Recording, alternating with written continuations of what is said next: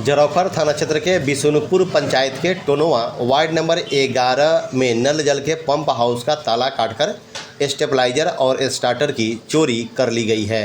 Ward सदस्य सह pump house के अनुरक्षक ओम प्रकाश प्रसाद ने बताया कि गुरुवार की रात्रि चोरों ने घटना को अंजाम दिया है। वार्ड सदस्य ने बताया कि जरौखर थाने में प्राथमिकी के लिए आवेदन दिया गया है। कैसा मामला है? नल जल का मामला है। नल जल में 13 तारीख को सुबह हम चला के आए 10 बजे करीब में बंद करके आए। फिर शाम को गए थे तो 8 बजे तक भी ताला वाला लगा हुआ था। 8 बजे रात को हम चले आए। 14 तारीख को सुबह गए तो फाटक का गेट खोल के अंदर घुस रहे हैं तो गेट का कुंडी कटा हुआ था, ताला भी नहीं था। तो कुंडी खोल कर गेट खोल कर अंदर गए तो स्टेबलाइजर वो स्टार्टर नहीं था।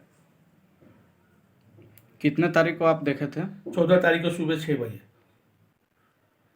कहीं कंप्लेन किए हैं? हाँ, थाना में आवेदन दिए हुए हैं।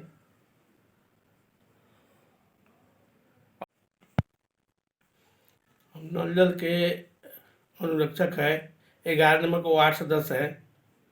क्या नाम है? ओम प्रकाश प्रसाद हुआ। पिताजी का नाम प्रेमचंद्र शाह हुआ।